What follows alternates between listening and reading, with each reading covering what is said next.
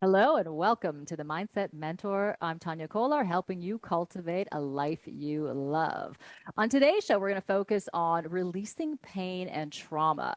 There's so many people live a life filled with, emotion that is, wreaking havoc on the body and not allowing you to have that optimal life experience. And there's so many different forms of trauma. We're going to delve into that in this hour. And some of the trauma that you're going to hear is kind of comes from unexpected sources. So it's really important to sort of understand what trauma is so that we can begin to release it. And my guest coming up on today's show is an expert when it comes to releasing, helping people to release trauma within the body.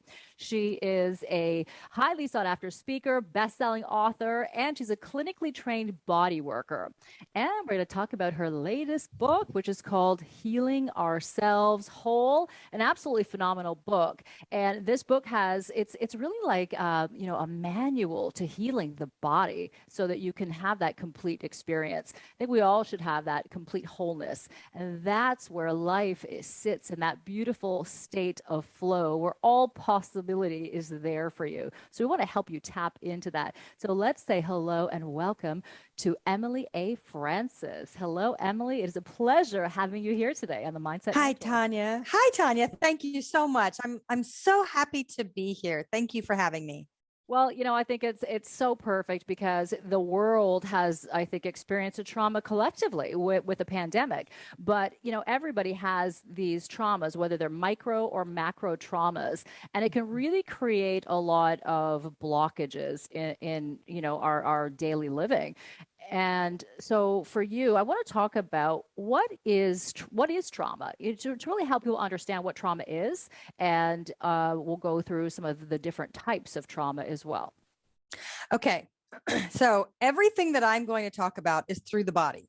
So for anybody that's listening, let me go ahead and just say, I am not a therapist. I'm not a psychotherapist. I'm not a psychologist. I'm none of those things. So everything that I'm talking to is in relation to our bodies and how they adapt to emotion, how our muscle memory stores emotion, how these things happen. So when I talk about trauma, I am talking about having people on my table and putting my hands on their body and understanding that anything that has ever occurred in your life that produced a negative response is considered a trauma. And so what might be something small, if you were to tell the story, might be something really big in how you stored it, because not everybody's going to understand how you felt, but your body takes it in, because however you think is how your body responds.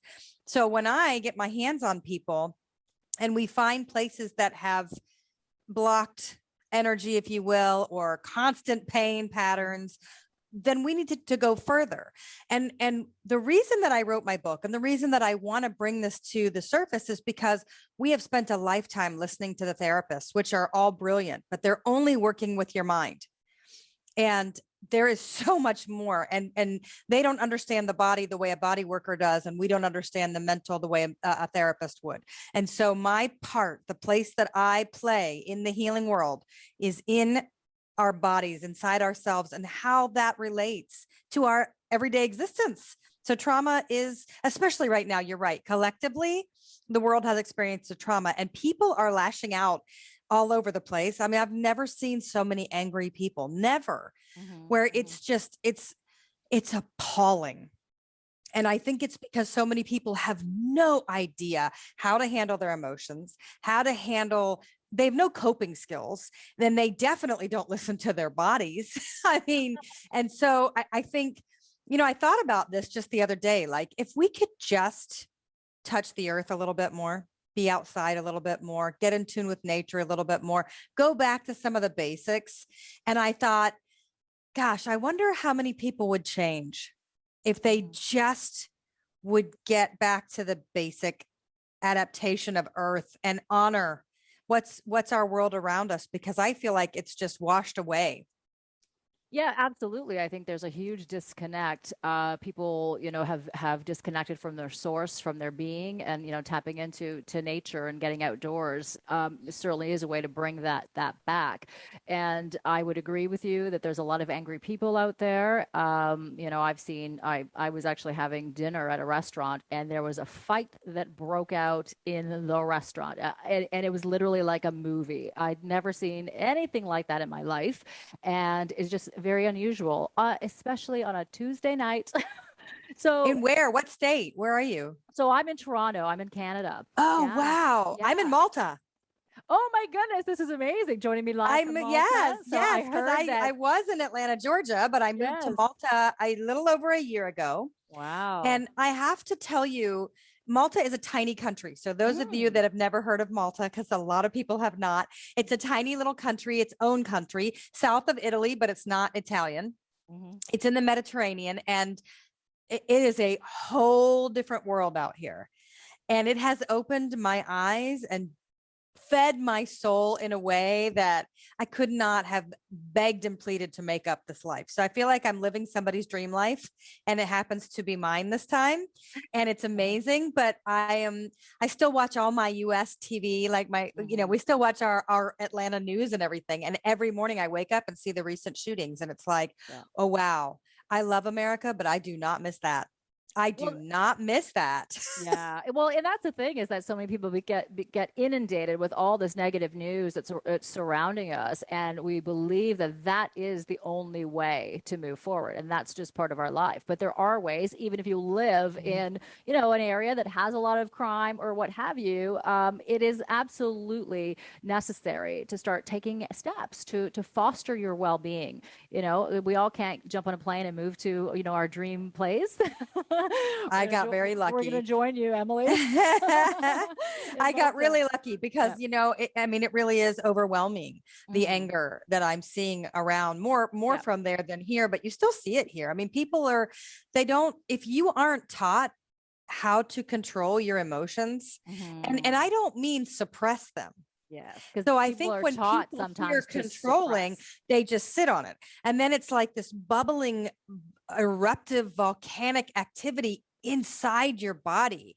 And when you touch someone's body that has that bubbling beneath the surface, it is so off putting. It's so off putting. And it's really like, so I've been doing clinical massage for 20 years. Hmm. And even like smokers, you can smell it in their pores. So when you start to work on their body, it's literally like skin pores open and things that they do comes out in the scent. You can smell it. Hmm. It's like smoke coming off of them. So now I'm not actually in practice currently anymore because I moved and I don't have a work visa.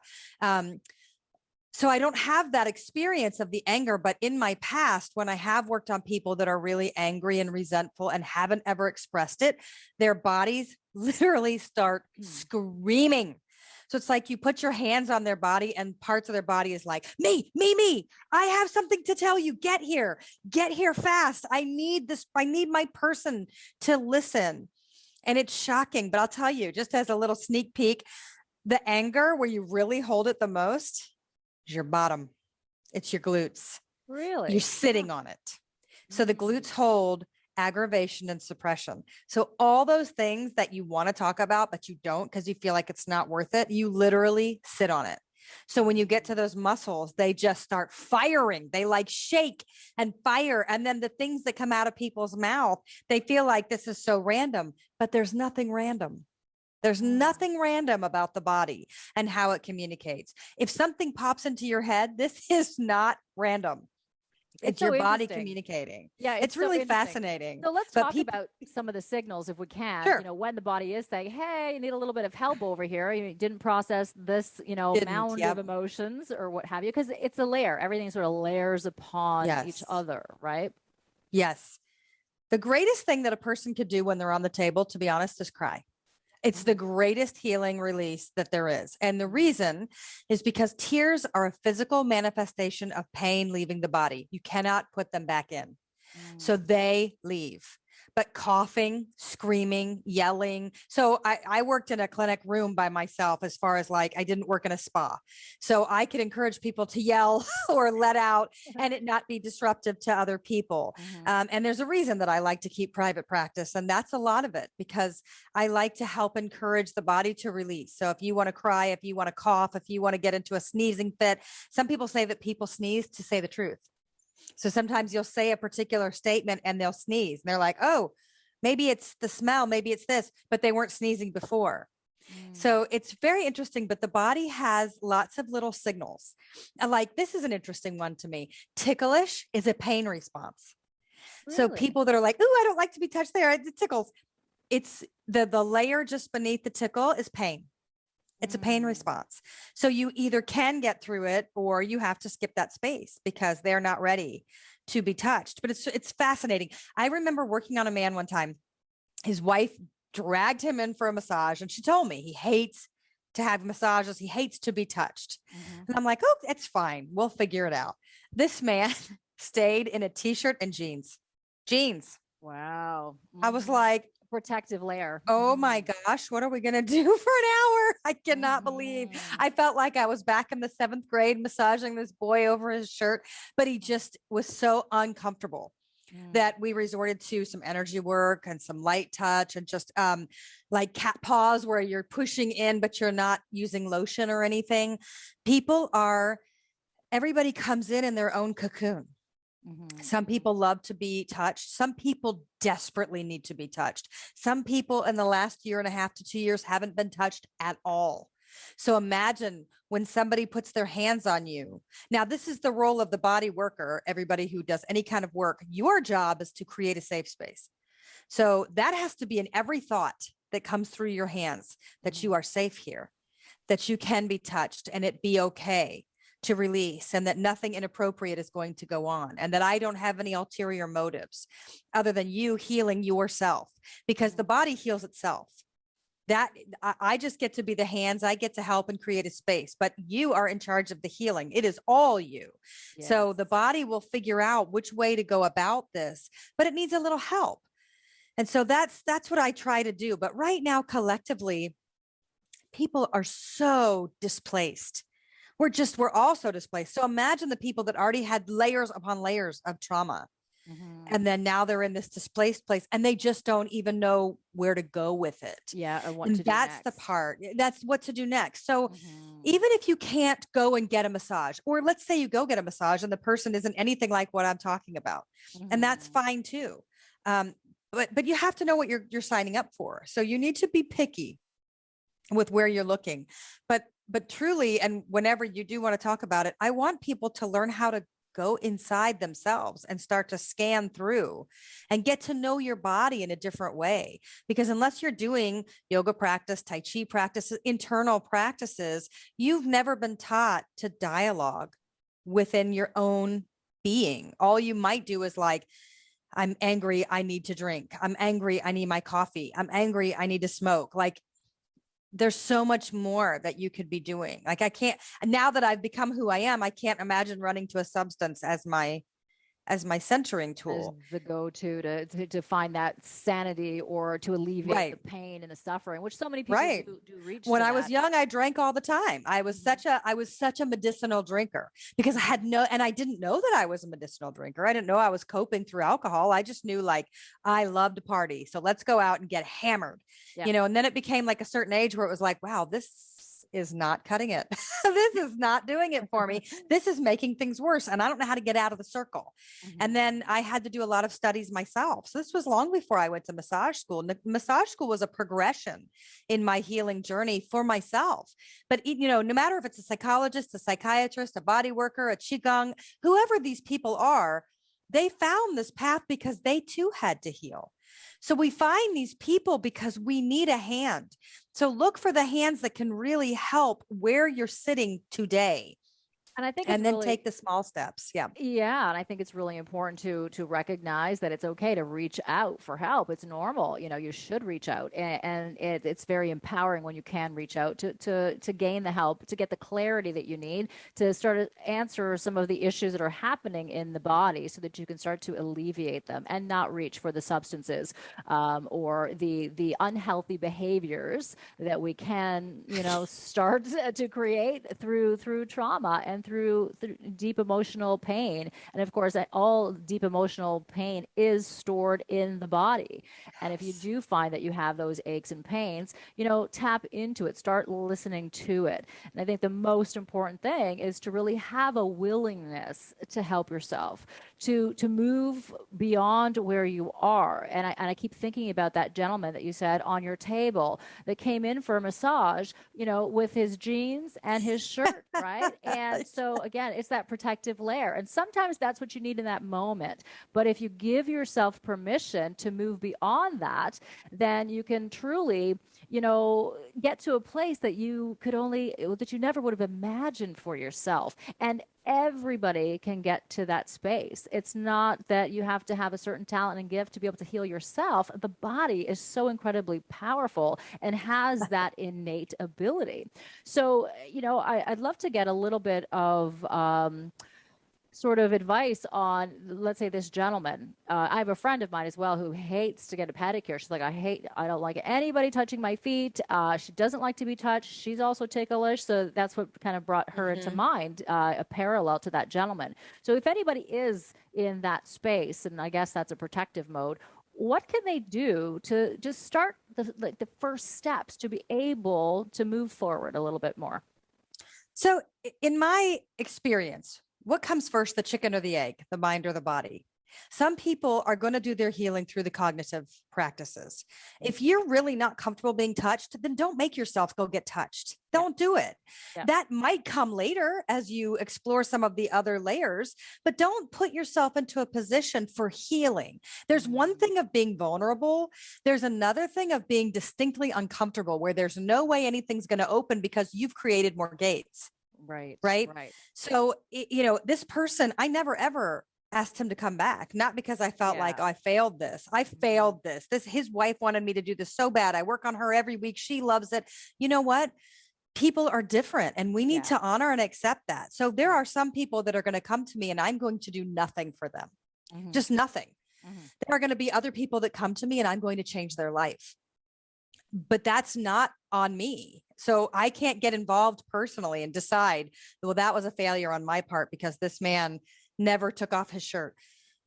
Like it would be inappropriate for me to put that pressure on him. Of So for course. people that don't want to be touched, or let's say you do want to be touched, but you haven't found the right style. Some people like hands-on energy work. Some people like energy work where the hands are off.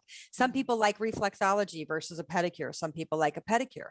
Some people like deep tissue where you have to breathe your way through it because that's where you're at. Some people like the soft, gentle.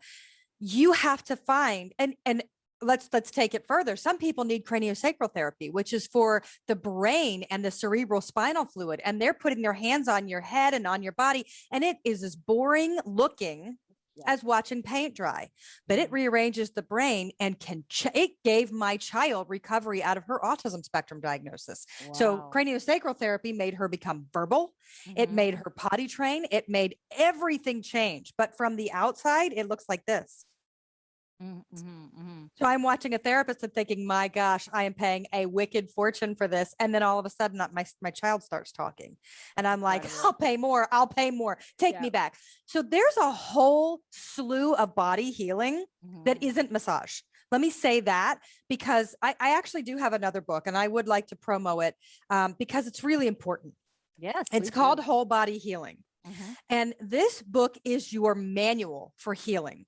It's who's out there under your physical body, your emotional body, your energy body, your spiritual body. What are the practices that are available to you? And in the back of the book, it has these charts where you can like do a quick look. So let's say you're not someone or you've never seen anything more than massage. And then you're listening to this show and you're like, what is she talking about? Craniosacral therapy? Or what is she talking about? NAET, where you can get out of some of the allergy patterns. My children are no longer gluten-free because we didn't have celiac. We had sensitivity. There are an unbelievable amount of healing modalities in the world. This is the most important thing I could teach any person listening to me today. This is where I come alive.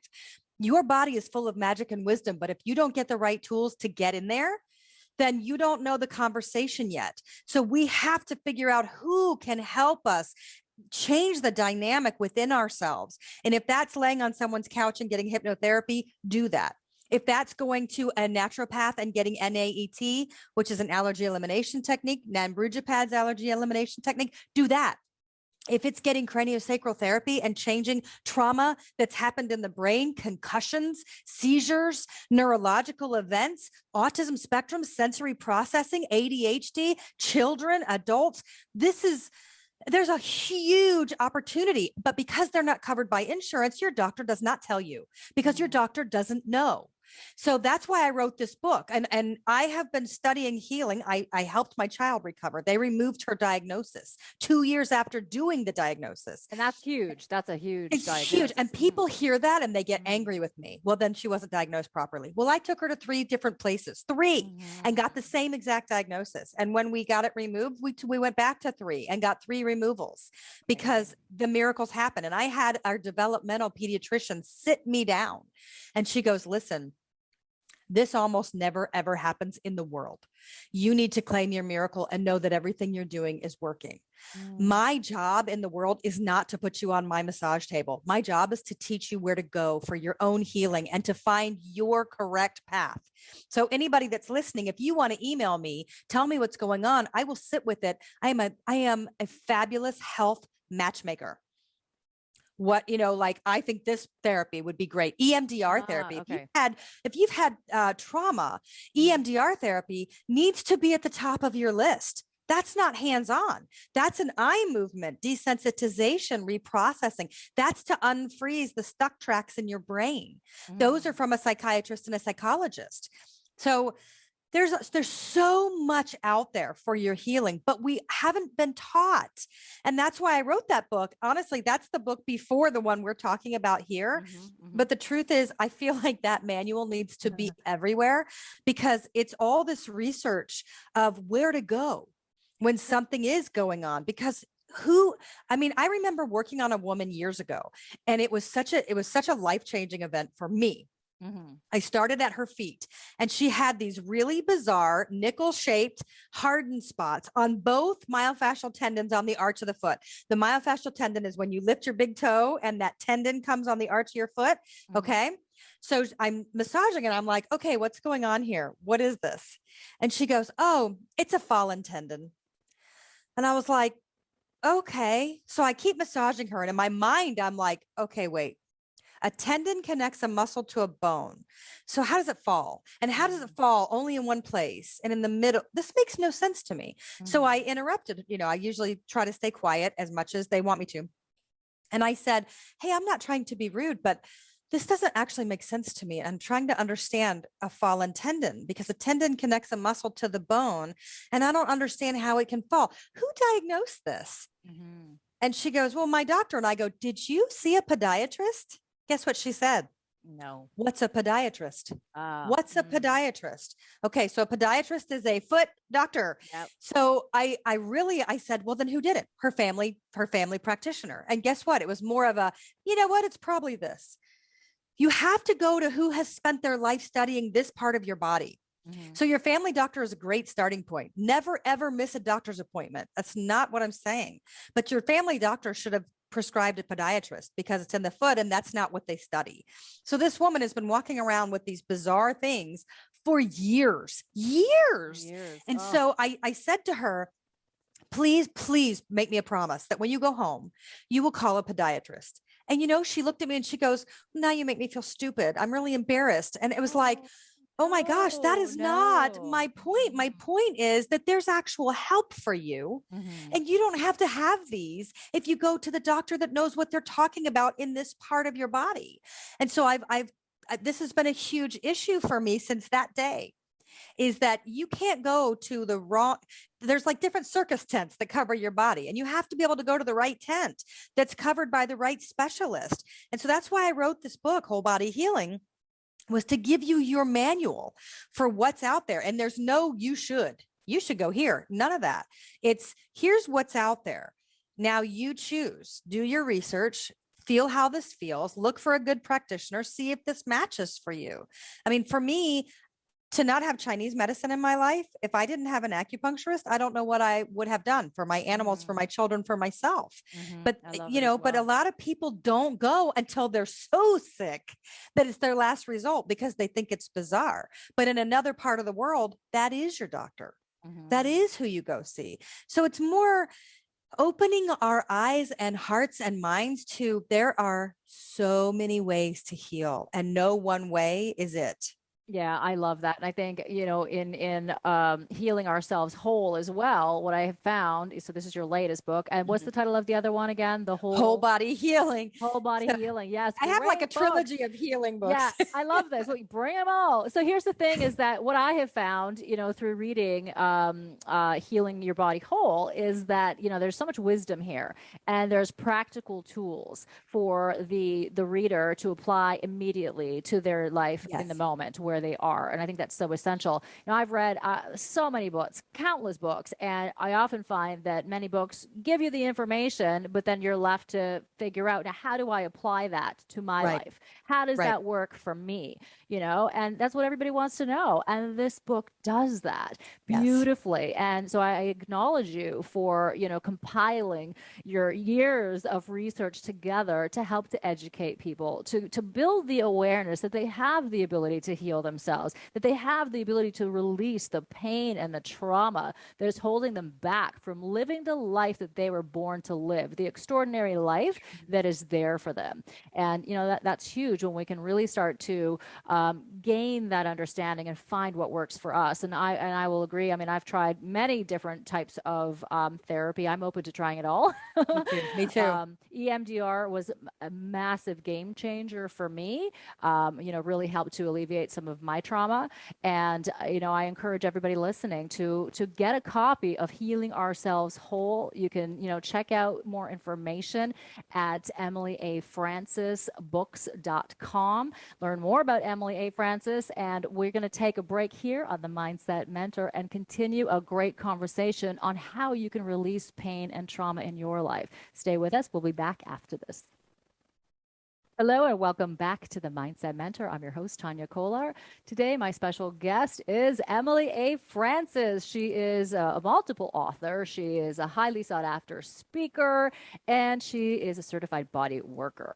And we're talking about releasing pain and trauma. I mean, pain and trauma, we all experience it to some level and degree in our life.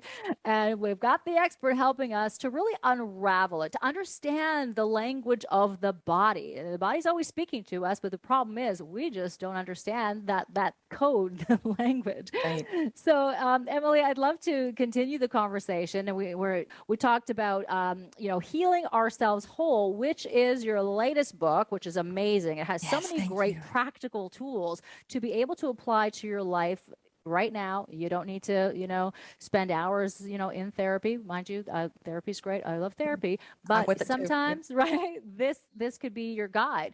But let's talk about how your books sort of work simultaneously together to really build upon each other. So if you've heard of me at all, it's probably because of this book, The Body Heals Itself.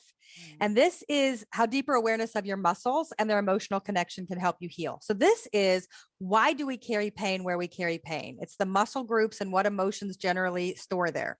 Then, as I already talked about, I followed it up with Whole Body Healing.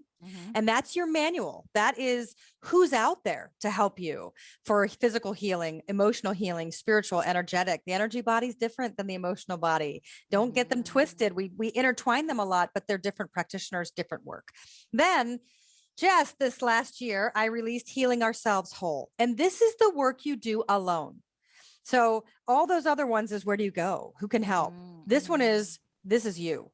This is you learning how to go inside your own body. And I call it surfing the fascia, surfing inside the blood and the plasma, so that you can listen to the messages that have been stored inside your body.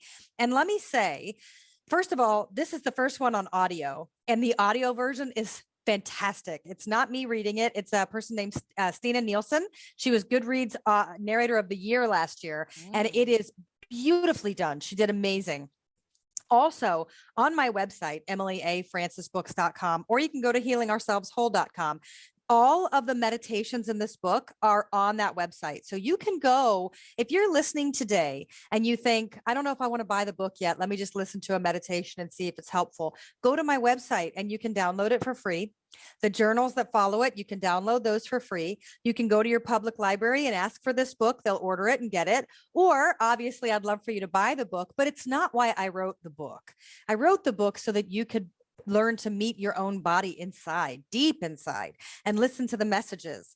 And the way that I discuss trauma, the heavy four, trauma, shame, guilt, and grief, and then the fabulous four, which is happy, joy, connected, empowered. I believe that, okay, so a cognitive therapist, and you can go to the PubMed sites and stuff, they call it a trauma capsule. A trauma capsule happens when something is too overwhelming for your mind to handle. So you shove it in a little capsule, drop it in the body, and walk away. My work picks the capsule up from the body, opens the capsule up, and that's where my work begins. That's where our work together begins on healing ourselves whole. So what they deem as a trauma capsule, I see as planted like a carrot. And the carrots go deep inside the soft tissues of the body. And it's the carrot with the green shrubs. So when we go into the meditations, we can see rows of different carrots that have been planted inside ourselves. And I teach you how to scan in and dive through the fascia and the blood and see where there's a carrot that kind of lights up, that kind of alerts you to its presence. Hey, I'm trauma. Hey, I'm guilt. I landed here when you felt so guilty you didn't know what to do. So a therapist would call it a trauma capsule. I don't. I call it a carrot. It's the way I see it. So when my hands are on somebody's body, I literally can feel and see where the carrots have been planted. And then I go there. And it's interesting. I'm a different kind of body worker. I would consider myself pretty unique. I also, when I have my hands on someone, different music comes into my head. Different songs and different song lyrics. And it helps me figure out where the person is. And then as they start healing, it's like a radio tune in my head, but it changes dials. And I hear different lyrics and different songs as my hands are touching people. So I can figure out, and I can feel inside my body where their pain is. So I can tap in and like, okay, we got this going on. And then I try to release it out of myself. But when people come to me, they come to me for a very specific. So I've been doing clinical massage therapy. I'm also a manual lymph drainage therapist, which is to work with lymphedema post-cancer. And then I'm a Reiki master. So my expertise goes layer into layer into layer of someone's body. And so that's the way I see it, is the carrots. And it's really important that we learn how to find the carrot, grip the carrot, and pull the whole thing. Even that little string at the bottom, it's got to come out. But here's the other thing. When we pull a carrot out of our body, there's exposed tissue right there. So we quickly fill it with in our minds, a liquid, a heated liquid that fills the whole space so that it's equally weighty. Because when we release, if we don't fill it really quickly with something that feels similar, even though this will emanate healing energy, the weight needs to be parallel because we feel raw and exposed, like an exposed nerve. And we don't realize that we have become so accustomed to living with that trauma that we feel really, really empty without it. So we have to learn how to replace quickly with something that feels heavy. Yeah, and let's talk about that, how we can actually scan our own body, how we can figure out, where we have these issues. I did one of your meditations earlier, and I literally pulled out a cluster, of carrot. There was a massive carrot, but as I pulled that, there was like a cluster of carrots. That's so around cool. it. Yeah. So I was like, wow, that's really interesting. And by the way, I've done a lot of energy work and healing and all kinds of modalities, and I've never heard anybody refer to this process and describe them as carrots, right? And I thought it was so interesting, and I found that very valuable. Thank you. You know what else I have to say? The fabulous four, because your body holds joy also, and all these really wonderful feels. But when I was doing the research for this book, and I was, it's always been carrots to me. So I've always talked about the carrots. But then in the happy, I talked about the carrots blooming flowers.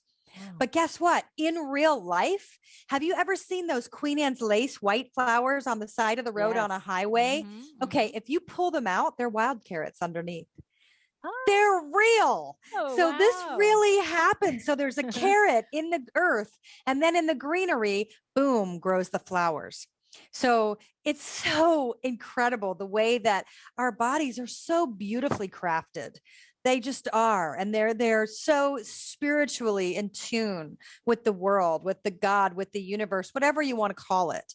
But to find that same flower on the side of the road and pull it out and see these little baby carrots, it's real. So what I want people to learn, and I'm happy to do just a little snippet, is to go through their body. They start to feel. So I like to do this in the morning. I'm not going to take you through a meditation because you can go to my website for that, but I'm going to do just a quick body scan. So when I wake up, even before I get out of bed, without even thinking now, I kind of start in my head. I kind of just get a little gauge. How do I feel? And then I take all my thoughts down to my toes. How do my feet feel? I wiggle my toes. I just kind of wake them up. And then I kind of pull the energy through the calves, through the shins, the knees, the thighs, the hamstrings, the hips. Then I go into that whole reproductive area and the whole thoracic, the stomach, the torso, the whole area, Are you just looking for tightness or anything like that?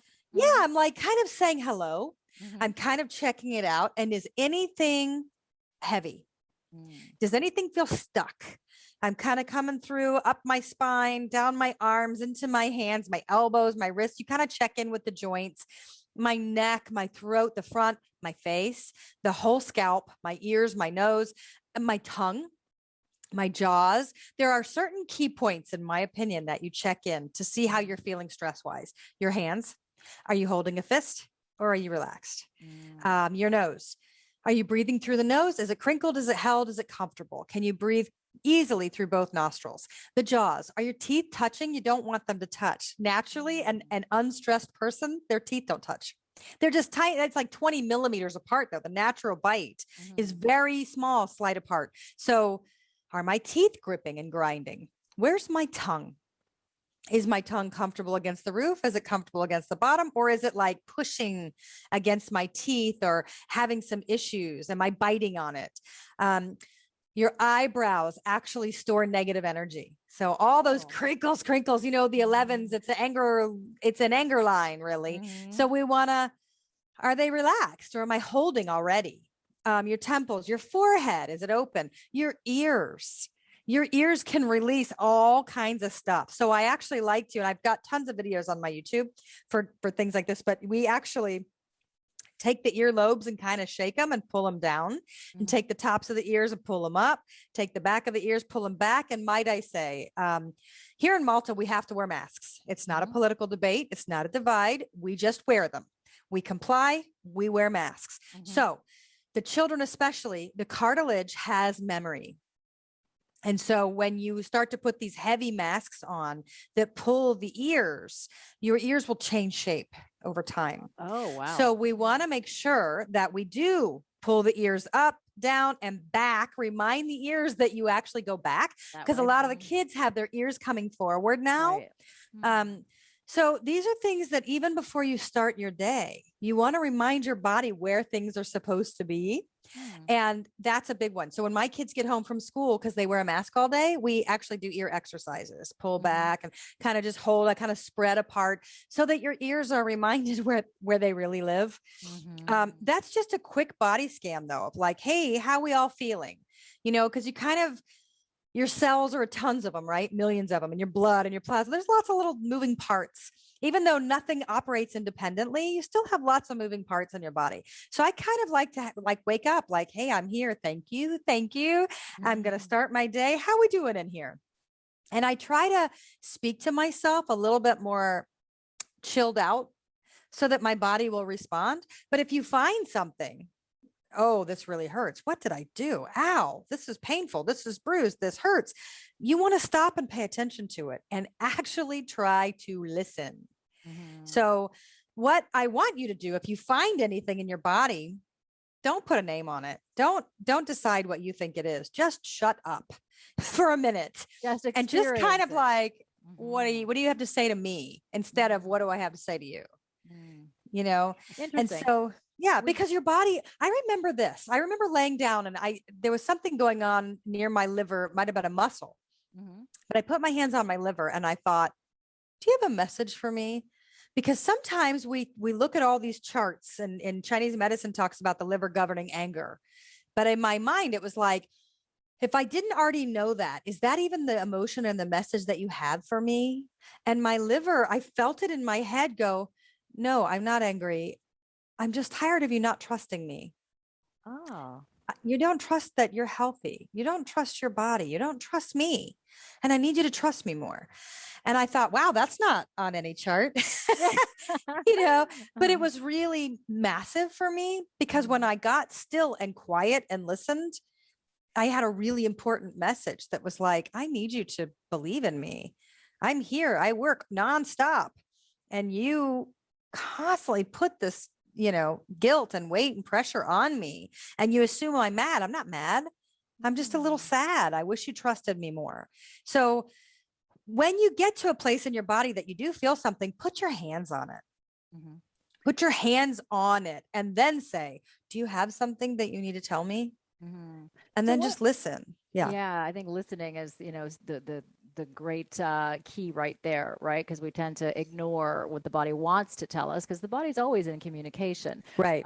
So what about if somebody has, a pretty serious illness and they're going through their body and they get to that area where the illness is? Is there a different process for that? I do think so. Yes. I do. This is where I believe that the body scan of, is this physical? Is Mm. this emotional? Is this energy? Where are we off? So I do believe that we actually first need to figure out what layer we're on. And Mhm. then we need to think about, should we call a doctor? Should we look into this further?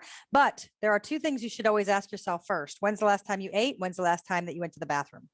Hmm. And Because so a lot why? of times we Mhm. kind of like, oh my gosh, there's something in here, or oh, I've got this raging headache. I bet it's, whatever it is.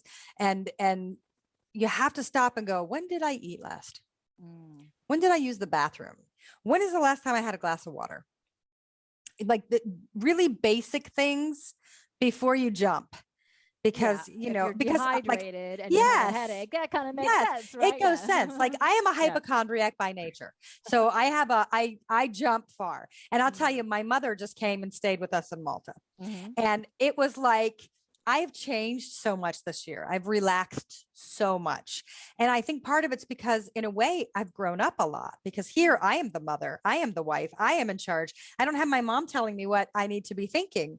And my mother got here and ended up with kidney stones. And Mm. I'm like, okay, we have to go to the hospital. She's like, I knew it. I'm going to die here. I knew it. I knew I was going to come here and I'm going to die in Malta. This is what's going to happen. Oh my God. Oh And she no. starts going. And I'm like, oh my gosh, you are my nightmare come to life. This is why I'm crazy. This is it. This is why I'm a hypochondriac. Mm. I'm watching it, because I've removed from those sorts of Yep. thoughts because they haven't been around me as much. And so then we Mhm. get to the hospital and they're like, we want to do some blood work. We want to do this. And she goes, it's cancer. I just know it. I just know it. I'm going to have like kidney cancer. I mean, she just starts going and I'm like, okay, we have to start. We have to scoop back. I need you to take a breath. Let's start from zero. Let's wait till we have information. Let's not do this today. And I had to like, okay, I'm talking to you and I'm talking to me Mhm. because Yeah.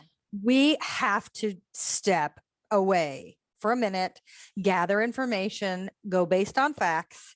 Let's start over. So that's even in your body. You have to do that. So when you do touch and go, hey, do you have a message for me? Do not jump and go, are you sick? Mhm. Yeah. And people, is it a tumor? Do we need to, so, I mean, when I say like just give yourself a break. Give Mhm. yourself a little pause when you're trying to listen. But yes, if you are already currently dealing with an illness, it is a different scan because it is what is this going on right now? Do I need to call my oncologist? Do I need to call my neurologist? Do I need to? So then you need to do the small scans. Have I eaten? Have I had water? Have I gone to the bathroom? Is anything blocked? Am I having difficulty going to the bathroom? Am I having difficulty Mm. walking? Am I having difficulty? What is it? And then kind of going through. And then if you need to, take some notes, because then you should call your doctor. So if things are signaling, you know, we kind of run away from going to see a doctor, but I have to say, it's really important. You would rather them say, hey, you're fine, you're a little nervous, you know, than for you to decide, especially for people like me who deal with anxiety as a natural. Mhm. I used to get into this cycle where I would think, okay, this is happening. Nope, they're just going to tell me it's anxiety. But what if I really am dying and I don't even know it this time because I'm assuming it's anxiety? So you get into that, but what if?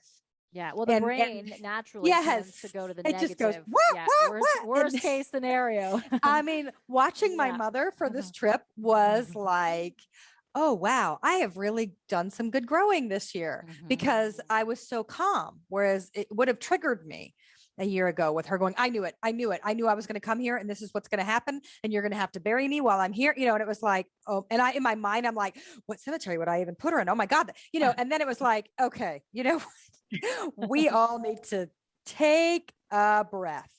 And so, body scanning is also mind scanning, thought scanning.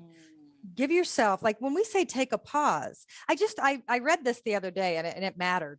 You know, that be still and know that I'm God. And I think when people hear be still, they think be quiet, but it's not be still. That's not the actual Hebrew translation. The translation is let go. Let Yeah. go. Yeah. Let go of the need to control the narrative, because we're all attached to a story. It's what story do we want to be telling ourselves? Because my story now has a much different ending. It's really happy. I And love that it. becomes scary. Yeah. So I have to like challenge myself and go, wow, you know what? You're allowed to be happy. And that does not mean tragedy is sitting on the other side of this wall because you've triggered badness because you're enjoying your life. Yeah. Like, People are waiting for the other shoe to drop, so to yes, speak. all the time. So even on the scans, take a scan at your thoughts. Take a scan. So go through your body, but go through where your mind is at. Because if you're not slowing down, be still and let go. Stop controlling the narrative and see what story unfolds for you. Because you, contrary to general belief, you are not the master of the universe and you Yeah. are not the general manager. You know, spirit is, but you get to be the assistant manager. I love that. Yeah, You know, because your life is a gift. yeah, and control really is an illusion anyway. We think we have control, but you're right, we don't have We control chase it. at We all. chase control. And sometimes I think looking a little bit more messy is so scary for us. We never want to look like we don't have it all together. We never want to look like we're lacking in control. And I'm one of those people. That's what's always caused anxiety for me. But now I watch it in my kids. And I think, oh my gosh, you're too young to have to worry, to look It's a like you lot of always have pressure. it together. Yeah. And it's something that is created from internal. It's an Yeah. internal dialoguing system. Yeah. And even yesterday, I picked up my daughter and she said, I have a headache, and she never has a headache. So I knew, oh my gosh, we're sick. And I hugged her and I kissed her forehead and I was like, oh, wow, you're warm. When did you start feeling bad? About halfway through the day. Why didn't you tell your teacher? I didn't want to get up. I didn't want to draw attention to myself. I didn't want to tell. And I thought, oh my gosh, baby girl, this is where this starts. You're so young. And I kept talking like, listen, I will always come get you. Because I remember calling my mom from school and she's like, nope, go back to class. No, I'm not coming. And, that is not my way. So if my kid wants to call me, I am there, so I had to give her the talk that nobody's going to be bothered by this. Everybody's worrying about their own stuff. Like nobody's looking at you the way that you think everybody's looking at you. Just go speak to the teacher and say, I don't feel good. Can I call my mom? Yeah, it's part of our limiting beliefs and our patterns. We develop that through childhood, and we carry that on for decades sometimes. But if we can get to that root before it really does become a habitual pattern, then life can be completely different, and we're not held back by certain experiences in life. And I think it's important to be able to be vulnerable. And I'm right there with you, where I used to love to control everything, and everything had to be perfect. Everyone looking in would think that everything's it's all put together and it's all a Yes. mess on the inside, right? Yes. But I was like, I could never portray that. I was like, no, everything's great. Nothing bothers me. And that's not a normal way to live because we Right. have, a range of emotion and we need to process that. And it is okay to be vulnerable. In fact, being vulnerable is such a huge power. It's It's strength. empowering. It's empowering. It Mhm. is mindful living. Because I remember when I was really anxious, I heard something of the analogy of a duck that on Mhm. top of the water, it looks so calm and peaceful. But if you saw the legs underneath the water, they're paddle, paddle, paddle. And that's Yeah. the way my mind was. But I would catch myself in the mirror and I looked so together. And it was Mhm. like, how can I look like this when I feel like this? And Mhm. so I'm trying now. I'll tell you this one quick story. My friend is a personal trainer Mhm. and he was at the gym and he was training this woman who went to the gym early and didn't put on her makeup. And she was completely consumed that everybody was staring at her because she wasn't wearing her makeup. And my friend goes, all I want to do is go, girl, you ain't all that. And it stuck in my head where I was like, you know what? Whenever I feel like the world is watching, I actually look at myself in the mirror and go, girl, you ain't all that. Like, Yeah. I know that I'm Yeah. important and valuable, but I also, nobody's looking. Yeah. Nobody cares because they're Exactly. all in their They're own in their own head. world. Everybody's stuck in their place. And when he said it, it made me laugh so hard. I thought, that's what I need. So Yeah. sometimes I really, and I'll even say it out loud, where Mhm. like I'm feeling like, oh, they're watching, they're watching. I'll go, girl, you ain't all that. You ain't all that. Nobody cares. And it's not I like, love that. Yeah. and it's neat to honestly, I feel like I was liberated moving to a country Mhm. where nobody knew me because if I Mm. did something silly, No nobody expectations. cares. Yes. Yeah. And it does give you a freedom that I can't even explain. It feels really good to like be Yes. around and be like, you know what? You ain't all that. Nobody cares what you're doing unless you actually bring something and say something of value. Mhm. Nobody is watching. And so like live the way you can because Yes. it is your life And and give it's yourself a so break. special. Yes. Yes. Gosh, our expectations are so silly. They're Mhm. just really silly. Well, the thing And is so, that we create expectations that are absolutely impossible for anybody to achieve, right? And correct. so you set yourself up for failure immediately. So when you start to get rid of the expectations and remember that you're human, right? And nobody's Right. perfect, it's really going to change the way that you operate, day to day. So we have just a couple of minutes left. So Emily, any last bits of advice for the listeners? The most important thing to me is to give yourself permission. To give Mm, yourself permission to laugh, to give yourself permission to heal, to give yourself permission to unite within yourself. It's all about releasing the control and giving yourself permission to be exactly who you are, where you are, with what you have in this moment without any extra entangled judgment. That is the key to living happy, healthy, and free. I love that. And then you get to that Fab Four, that is also in your book. So once again, the book is Healing Ourselves Whole. Wonderful book that has so many wonderful techniques and practical tools that you can use immediately and apply to your own life to release some of the pain and trauma and to move from the shame, the guilt, the grief, and the trauma, and really, foster that happiness and joy because, we Yes. all are really meant to live a joyful life and we kind of lose ourselves in the stress and the chaos of the day. So a wonderful book. And Emily, it's been an absolute pleasure having Thank you you on the so much. Mindset Thank Mentor. you. Awesome. All right, everybody. So that's a wrap for today's The Mindset Mentor. I'm Tania Kolar. And remember that your mindset is like a muscle that needs to be strengthened and conditioned. So make sure you work out your mindset and step up and claim the extraordinary life that is yours. And if you want to get more information on Emily A. Francis, please check out her website at emilyafrancisbooks.com. See you next week.